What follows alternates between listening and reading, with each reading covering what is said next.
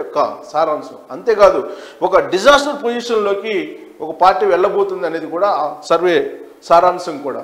So ఇప్పుడు ఆంధ్రప్రదేశ్లో జరుగుతున్నటువంటి పరిణామాలని చేసుకొని ఆ సర్వే నిర్వహించారా, లేదంటే గ్రౌండ్ లెవెల్లో సిచ్యువేషన్ని బేస్ చేసుకుని నిర్వహించారా అనే దాని మీద మనం విశ్లేషణ కనుక చేసుకుంటే, ఆ సర్వేని గమనిస్తే కనుక వాళ్ళు ఏ ప్రాతిపదికన చేశారు అని మనం ఒక విశ్లేషణ చేసుకోవచ్చు.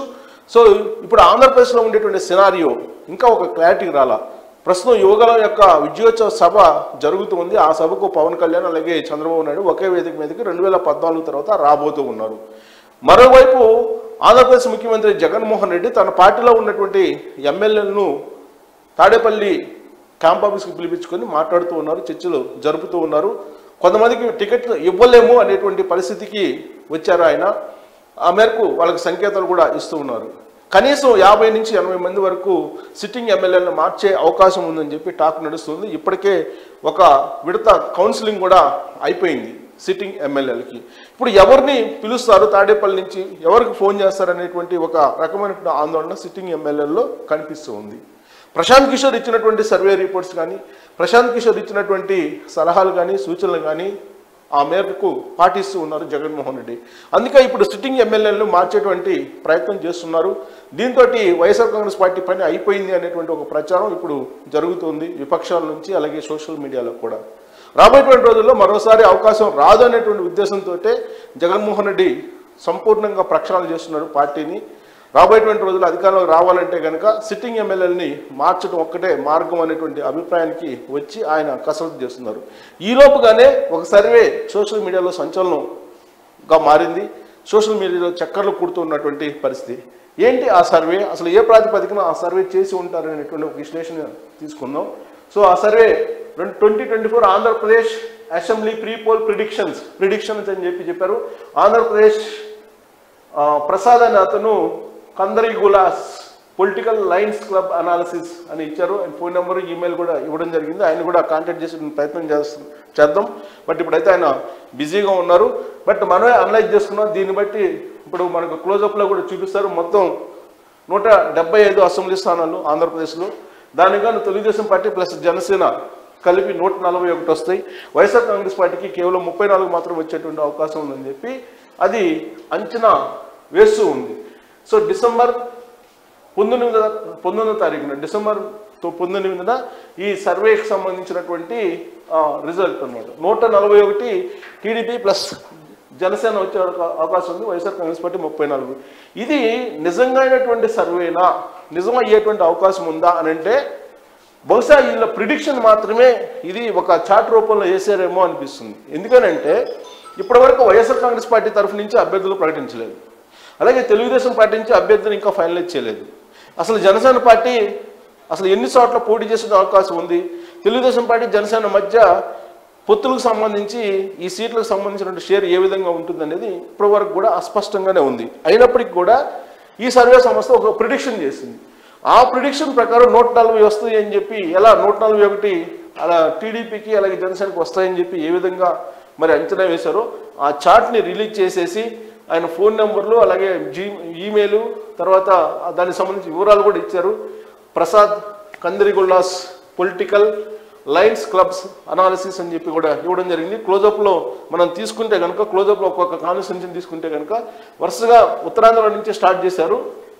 సో ఉత్తరాంధ్ర నుంచి స్టార్ట్ చేసినటువంటి దీంట్లో ప్రధానంగా మనం కనుక తీసుకుంటే ఆల్మోస్ట్ స్వీప్ పొజిషన్లో ఉందని చెప్పి చెప్పవచ్చు. మనం ఏది తెలుగుదేశం పార్టీ జనసేన అలయన్స్ అనేది స్వీప్ పొజిషన్లో ఉంది, స్వీప్ చేసే అవకాశం ఉందని చెప్పి దీన్ని బట్టి మనకు అర్థమవుతుంది. వైఎస్ఆర్ కాంగ్రెస్ పార్టీ కొన్ని చోట్ల చాలా స్వల్ప మెజారిటీతో గెలిచేటువంటి అవకాశం ఉందని చెప్పి అంచనా వేస్తూ ఉన్నది.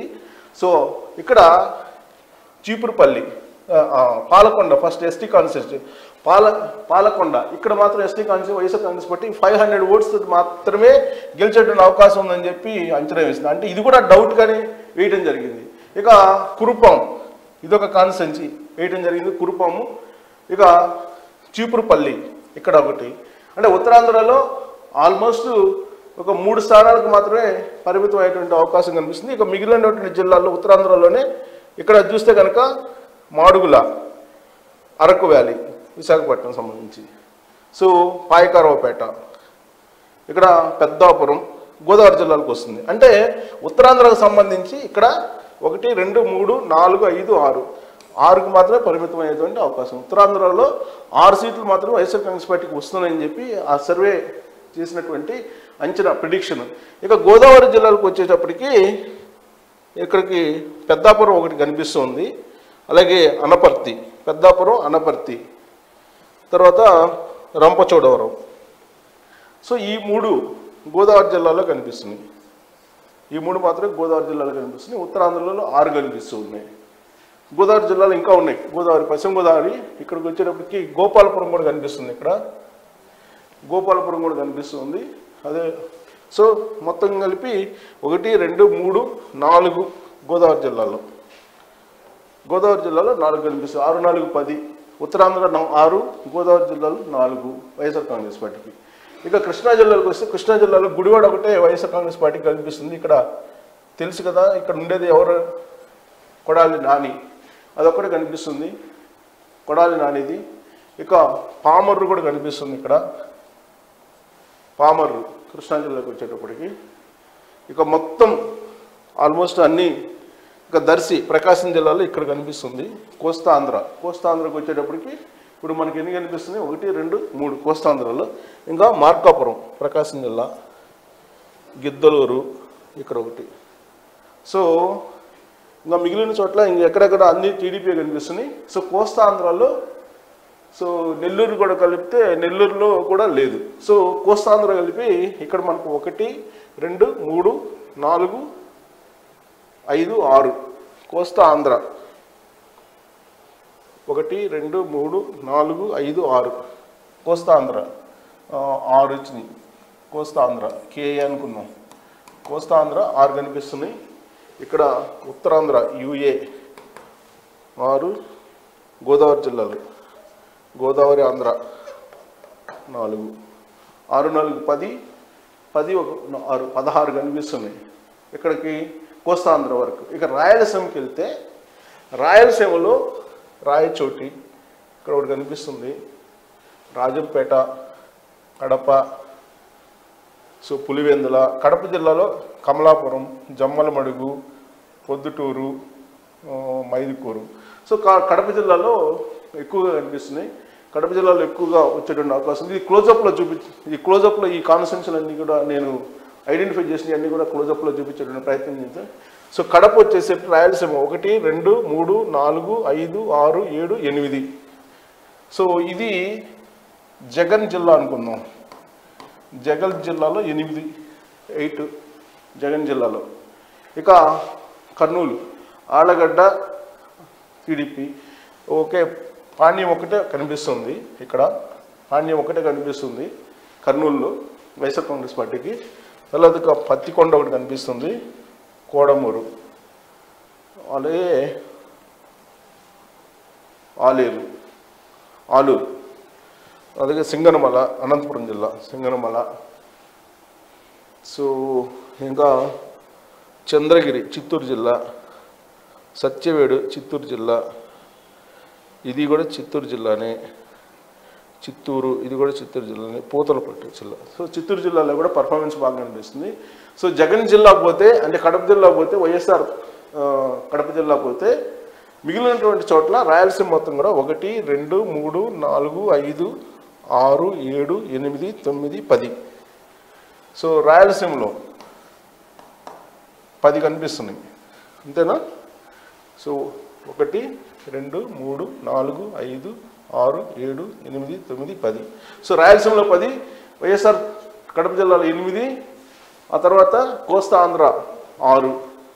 ఇక్కడ చూస్తే కనుక 10, 18, 24 ఇక్కడ కనిపిస్తున్నాయి. ఇక్కడ రాయలసీమ అంటే రాయలసీమ వరకు 18, రాయలసీమ వరకు 18, 18. అలాగే కోస్తాంధ్ర 5, మొత్తం కోస్తాంధ్ర రాయలసీమ కలిపితే 24, ఉత్తరాంధ్ర 6, అలాగే గోదావరి 4, ఇక్కడేమో 10. సో 10, అక్కడ ఇదొక 24, సో 34 చోట్ల వైఎస్ఆర్ కాంగ్రెస్ పార్టీ గెలుస్తుందని చెప్పి దీన్ని అంచనా వేశారు.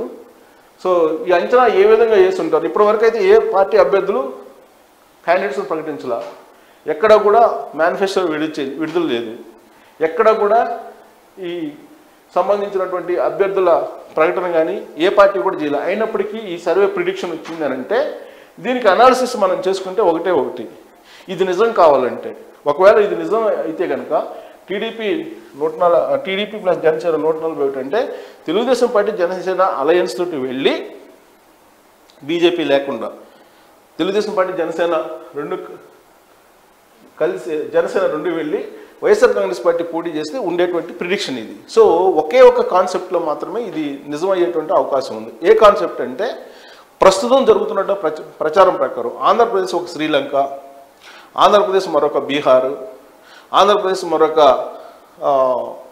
ఆఫ్ఘనిస్తాను, ఇలా విపక్షాలన్నీ కూడా ప్రచారం చేస్తూ వచ్చాయి. సో ఆంధ్రప్రదేశ్లో ఎలాంటి డెవలప్మెంట్ లేదు, ఆంధ్రప్రదేశ్ నిరుద్యోగిత పెరిగింది, ఆంధ్రప్రదేశ్ అప్పులు పాలైపోయింది, ఆంధ్రప్రదేశ్ రాజధాని లేనటువంటి రాష్ట్రం, ఆంధ్రప్రదేశ్కి విభజన చట్టంలో అన్యాయం జరిగింది, నిధులు లేవు, అప్పులు తీసుకొస్తున్నారు, అభివృద్ధి లేదు, డిజాస్టర్లో ఉంది. సో మద్యం కుంభకోణం, ఇసుక కుంభకోణం, అలాగే జగన్మోహన్ రెడ్డి అక్రమ కేసులు, ఇవన్నీ విపక్షాలు చెప్తున్నాయి కదా. ఇవన్నీ నిజమైతే, ప్రజల్లో నిజంగా అంత వ్యతిరేకత ఉంటే అప్పుడు వచ్చేటువంటి సిచ్యువేషన్ ఏంటంటే జగన్ వర్సెస్ జనం, అంటే రాష్ట్ర ప్రయోజనాలు వర్సెస్ జగన్ అనేటువంటి కాన్సెప్ట్లో కనుక ఎలక్షన్స్ జరిగితే రాష్ట్ర ప్రయోజనాలు కావాలా లేదంటే జగన్ కావాలా అనేది కనుక ఆ కాన్సెప్ట్లో ఎన్నికలు జరిగితే బహుశా ఈ ఫిగర్ రైట్ అయ్యేటువంటి అవకాశం ఉంది. ఎందుకంటే ఫస్ట్ నుంచి జగన్మోహన్ రెడ్డి మీద ఒక పెద్ద బ్లాక్ స్పాట్ ఉంది. ఏంటంటే అది జగన్మోహన్ రెడ్డి ఎప్పుడు ఢిల్లీ వెళ్ళినా కానీ ఆయన సొంత ప్రయోజనాల కోసం మాత్రం వెళ్తారు. ఆయన సొంత కేసులు, ఆయనకు సంబంధించినటువంటి అంశాలు, ఆర్థికపరమైన అంశాలు, కేసులు, వీటి గురించి మాత్రమే చర్చించుకోవడానికి ఢిల్లీ వెళ్తారు. కానీ కేంద్ర ప్రభుత్వంతో ఏనాడు కూడా రాష్ట్ర ప్రయోజనాలకు సంబంధించినటువంటి ప్రాజెక్టులు తీసుకురావడం కానీ లేదా శాంక్షన్ అయినటువంటి ప్రాజెక్ట్స్కి ల్యాండ్ అక్విజిషన్ కానీ వీటన్నిటిని ఫిలప్ చేయడం కానీ ఇవి చెయ్యలేదు జగన్మోహన్ రెడ్డి అనేది విపక్షాలు చాలా స్ట్రాంగ్గా మొదటి నుంచి చేస్తున్నటువంటి ప్రచారం. సో అందుకే రాష్ట్ర ప్రయోజనాలు వర్సెస్ జగన్ అనేటువంటి కాన్సెప్ట్లో కనుక ఎలక్షన్ జరిగితే ఆంధ్రప్రదేశ్లో రాబోయేటువంటి రోజుల్లో ఈ ప్రిడిక్షన్ కరెక్ట్ అయ్యేటువంటి అవకాశం ఉంది. ఈ ప్రసాద్ కందిరి గుల్లాస్ పొలిటికల్ లైన్ క్లబ్ అనాలిసిస్ అనేది కరెక్ట్ అయ్యేటువంటి అవకాశం ఉంది.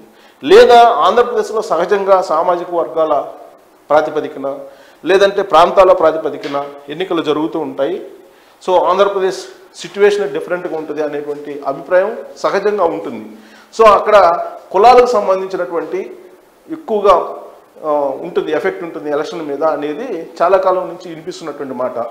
ఆ యాంగిల్లో కనుక ఎలక్షన్ జరిగితే ఇది తప్పు అయ్యేటువంటి అవకాశం ఉంది, ఈ అనాలిసిస్ కరెక్ట్ అయ్యేటువంటి అవకాశం లేదు. అలాగే ప్రాంతాల వారీగా ఎలక్షన్ జరిగితే కూడా ఇది కరెక్ట్ అయ్యేటువంటి అవకాశం లేదు. ఎందుకంటే జగన్మోహన్ రెడ్డి అభివృద్ధి వికేంద్రీకరణ అనేటువంటి పేరుతోటి రాష్ట్రాన్ని 3 ముక్కలు చేయాలని చెప్పి ఆయన భావించారు.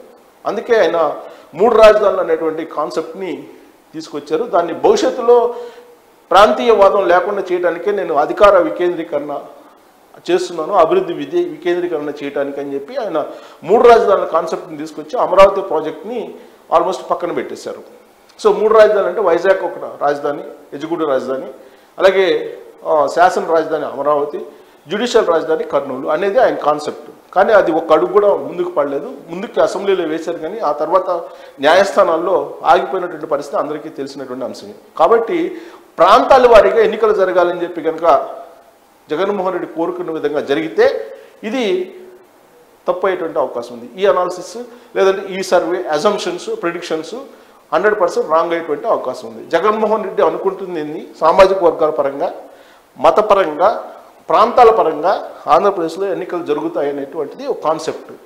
ఆ కాన్సెప్ట్ తోటే ప్రశాంత్ కిషోర్ 2019లో అనేక రాజకీయ వ్యూహాలను రచించారు. 2019లో సక్సెస్ అయ్యారు. ఒక్క ఛాన్స్ అనేది బాగా పనిచేసింది జగన్మోహన్ రెడ్డికి. కానీ ప్రాంతాల వారీగా కానీ మతాల వారీగా కానీ లేదా సామాజిక వర్గాల వారీగా కానీ ఎలక్షన్స్ జరగకుండా కేవలం రాష్ట్ర ప్రయోజనాలు వర్సెస్ జగన్ అనేటువంటి కాన్సెప్ట్లో ఎన్నికలు జరిగితే మాత్రం ఇది ఈ ప్రిడిక్షన్స్ 100% కరెక్ట్ అయ్యేటువంటి అవకాశం ఉంది. సో కాబట్టి రాష్ట్ర ప్రయోజనాలు వర్సెస్ జగన్మోహన్ రెడ్డి అనేది వర్కౌట్ అయ్యే అవకాశం ఉందా అని అంటే పవన్ కళ్యాణ్ ఒకటే చెప్తున్నారు, రాష్ట్ర ప్రయోజనాల కోసం నేను ఏ త్యాగాలకైనా సిద్ధపడతానని చెప్పి పవన్ కళ్యాణ్ చెప్తున్నారు. సో రాష్ట్ర ప్రయోజనాలు నాకు ముఖ్యము, ప్రభుత్వ వ్యతిరేక ఓటు చీలిపోకూడదు, అందుకోసం నేను తెలుగుదేశం పార్టీతో కలిసి వెళ్తున్నాను, త్యాగాలకు కూడా సిద్ధపడుతున్నాను అని చెప్పి పవన్ కళ్యాణ్ చెప్తున్నారు. ఏదైతే పవన్ కళ్యాణ్ చెప్తున్నారో అది కనుక నిజమైతే ఈ ప్రిడిక్షన్స్ కష్టమయ్యేటువంటి ఈ ఖచ్చితంగా 100% కరెక్ట్ అయ్యేటువంటి అవకాశం ఉంది. రాష్ట్ర ప్రయోజనాలు, ఎందుకంటే జగన్మోహన్ రెడ్డి ఎప్పుడు కూడా రాష్ట్ర ప్రయోజనాల కోసం ఆయన పోరాడలేదు. ప్రత్యేక హోదా తెస్తామని చెప్పి 2019లో చెప్పారు, ప్రత్యేక హోదా తేలేకపోయారు, అది దైవ నిర్ణయానికి వదిలిపెట్టేశారు. కేవలం రిక్వెస్ట్ చేయడం తప్ప ఏమీ చేయలేమనేటువంటి యాంగిల్లో ఆయన మాట్లాడుతూ ఉన్నారు. మరోసారి అధికారం ఇవ్వండి, నేను ప్రత్యేక హోదా తీసుకొస్తానంటే నమ్మేటువంటి పరిస్థితుల్లో జనం ఉన్నారా అనేటువంటి ఒక అనుమానం అయితే ఉంది. అలాగే అమరావతి రాజధాని ఖచ్చితంగా ఉంటుంది, అమరావతిలోనే నేను ఇల్లు కట్టుకున్నాను తాడేపల్లిలో, కాబట్టి నన్ను నమ్మండి అని చెప్పి 2019లో ఆయన చెప్పారు. సీన్ కట్ చేస్తే ఆయన అధికారంలోకి వచ్చిన తర్వాత అమరావతి ప్రాజెక్ట్ని టోటల్గా పక్కన పెట్టేశారు. సో ఈసారి నన్ను గెలిపించండి అని చెప్పి ఒకవేళ అమరావతి కాకుండా నేను 3 రాజధానికి వెళ్తానంటే అది సాధ్యమేనా? ప్రాంతాల వారీగా ఆలోచించే అవకాశం ఉందంటే ఇప్పుడున్నటువంటి పరిస్థితుల్లో ప్రాంతాల వారీగా ఆలోచించే సిచ్యువేషన్లో ఆంధ్రప్రదేశ్ ప్రజలు లేరు అనేది పలు సర్వేలు చెప్తూ ఉన్నాయి. సో ప్రాంతీయవాదం అనేది ఈసారి నడవదు. కాబట్టి ఇక సామాజిక వర్గాల పరంగా తీసుకుంటే కనుక ఈసారి సామాజిక వర్గాల పరంగా కూడా ఎన్నికలు జరిగే అవకాశం లేదు అనేది. అందుకే రాయలసీమలో వాళ్ళు చెప్పినటువంటి ప్రిడిక్షన్ అనేది చాలా క్లియర్గా ఒక కడప జిల్లాలో తప్ప ఎక్కడ కూడా కనిపించట్లేదు. రాయలసీమలో ప్రత్యేకించి అక్కడ జరిగినటువంటి 2019 ముందు జరిగినటువంటి బాబాయ్ మర్డర్ అనేది చాలా ఎఫెక్ట్ చూపిస్తుంది. మాజీ మంత్రిగా ఉన్నటువంటి వివేకానంద రెడ్డి మర్డర్ అనేది ఇప్పుడు వైఎస్ ఫ్యామిలీకి చుట్టుకున్నటువంటి పరిస్థితుల్లో సిబిఐ చెప్పింది అవినాష్ రెడ్డి పాత్ర ఉంది, దాని వెనక తాడేపల్లి వ్యవహారం ఉందని చెప్పి సిబిఐ కూడా చెప్పింది. కాబట్టి ఈసారి సామాజిక వర్గాల పరంగా కూడా ఎలక్షన్ జరిగేటువంటి అవకాశం లేదని చెప్పి మనం భావించడానికి అవకాశం ఉంది. సో కాబట్టి రాష్ట్ర ప్రయోజనాల దృష్ట్యా ఎప్పుడు కూడా జగన్మోహన్ రెడ్డి వ్యవహరించలేదు. తెలంగాణలో కేసీఆర్ ముఖ్యమంత్రిగా ఉన్నప్పుడు తొలి మీటింగ్లోనే ఆయనకి సచివాలయం రాసిచ్చారు. ఆ తర్వాత గోదావరి వాటర్ మీద కాళేశ్వరం ప్రాజెక్టు కడుతున్నా కానీ ఆయన ఏమనలేదు. కృష్ణా వాటర్ విషయంలో కూడా కృష్ణా ప్రాజెక్టు కడుతున్నా కానీ మాట్లాడలేనటువంటి పరిస్థితి. ఇలాంటి పరిస్థితుల్లో నరేంద్ర మోడీతో అంటగాగుతున్నాడు జగన్మోహన్ రెడ్డి అనేది చాలా బలంగా వెళ్ళిపోయింది. బయటికి బీజేపీ అలాగే వైఎస్ఆర్ కాంగ్రెస్ పార్టీ వేరు అని చెప్పి కనిపిస్తున్నప్పటికీ కూడా బట్ తెర వెనుక ఆ 2 పార్టీలు ఒకటే అనేది ఆంధ్రప్రదేశ్ ప్రజలు బలంగా నమ్ముతున్నటువంటి స్థితి. అందుకే ఇప్పుడు రాష్ట్ర ప్రయోజనాలు వర్సెస్ జగన్ అనేటువంటి కాన్సెప్ట్లోనే నెక్స్ట్ ఎలక్షన్ జరిగేటువంటి అవకాశం ఉందని చెప్పి ఎక్కువగా వినిపిస్తుంది. అదే జరిగితే కనుక ఖచ్చితంగా ఈ సర్వే కరెక్ట్ అయ్యేటువంటి అవకాశం ఉంది. ఆ ఉద్దేశంతో బహుశా ఈ సర్వే చేసుంటారని చెప్పి మనం భావించడానికి అవకాశం ఉంది. అదర్వైజ్ ఈ సర్వే మాత్రం తప్పు అవుతుంది. కులాల పరంగా, మతాల పరంగా, ప్రాంతాల పరంగా ఎలక్షన్లు జరిగితే మాత్రం ఆంధ్రప్రదేశ్ ఎలక్షన్లో ఇది 100% తప్పు అయ్యేటువంటి అవకాశం ఉంది. కేవలం రాష్ట్ర ప్రయోజనాలు వర్సెస్ జగన్మోహన్ రెడ్డి అనే కాన్సెప్ట్ ఎలక్షన్ జరిగితే ఇది 100% కరెక్ట్ అయ్యేటువంటి అవకాశం ఉంది. ఇదే లైన్స్ సర్వే. ఇది సోషల్ మీడియాలో వైరల్ అవుతున్నటువంటి సర్వే, సోషల్ మీడియాలో చెక్కలు కొడుతున్నటువంటి సర్వే కూడా ఇదే. బహుశా ఇది 100% కరెక్ట్ అవుతుందా కాదా, ఈ ప్రిడిక్షన్ ఓన్లీ గాల్లో వేసినటువంటి ప్రిడిక్షన్సా అనే దాని మీద మీరు కూడా కామెంట్ చేసి వీడియో నచ్చితే please subscribe and support. Thank you very much.